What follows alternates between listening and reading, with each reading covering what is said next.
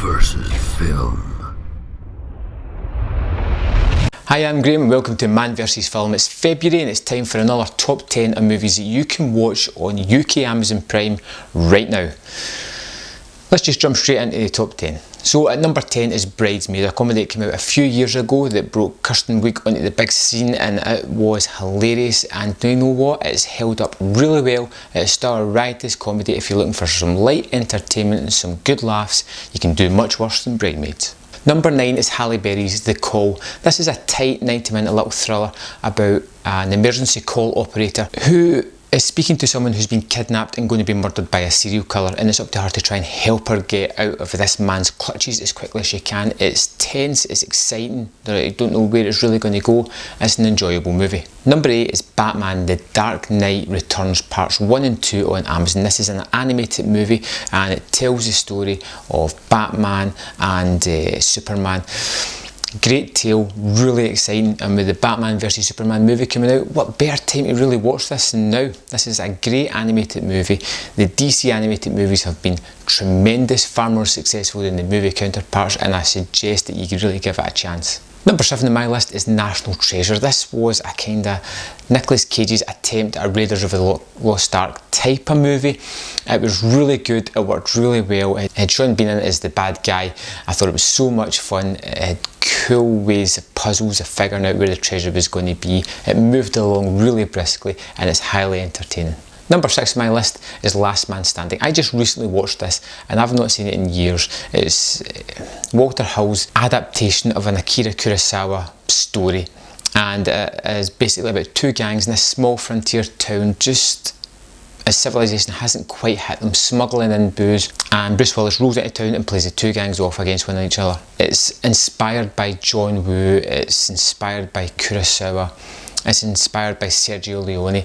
It doesn't quite have its own identity, but it's an interesting movie to watch, and it's a brisk movie as well, and I found the action tremendously fun in it. Number 5 on my list is Dazed and Confused, Richard Linklater's masterpiece. It's just a fantastic movie. It gave Matthew McConaughey one of his most iconic roles, and it's basically just about a day and night in the life and times of these school people in the 70s. It doesn't sound like much, but it's tremendously fun, tremendously involving, and you've probably met characters like this throughout your life at some point. I love this movie. I think it's fantastic, and with the sequel-ish coming out later in the year, what a better time to pick this up and just watch it on Amazon Prime. Number 4 on my list is Alphonse Cuarón's Gravity, a 90-minute action movie starring Sandra Bullock. This thing is brilliant. It's right from the get-go, it just draws you in. Doesn't make a lick of sense, but you know what, it is so watchable. The action is tremendous, the special effects were amazing. I seen this in 3D in the big screen, thought it was absolutely wonderful. I've watched it in the small screen and it still is enveloping as it was on the big screen. It's a great movie, and at that 90-minute mark it's just perfect to throw in and just enjoy the hell out of it. Number 3 on my list is a movie from the 90s called Assassins. It starred Sylvester Stallone and Antonio Banderas. I really liked Assassins, and I think it's a movie that divided a lot of people and they just got lumped into those mid-90 action movies, but I think it's a little bit more than that. It's about two assassins playing off against one another.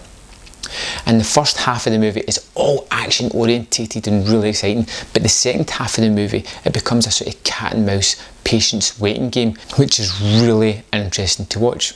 I've always liked Assassins. It's one of my sort of guilty pleasures, if I felt guilty about it at all, but I don't. But I think you should check it out as well. Number 2 on my list is Joseph Gordon-Levitt's Don John, a movie he wrote and directed and came out in the cinemas a couple of years ago. It's about a man who is obsessed with porn and his quest to find a girl that sort of fits in with that world, but it's not something that he really wants.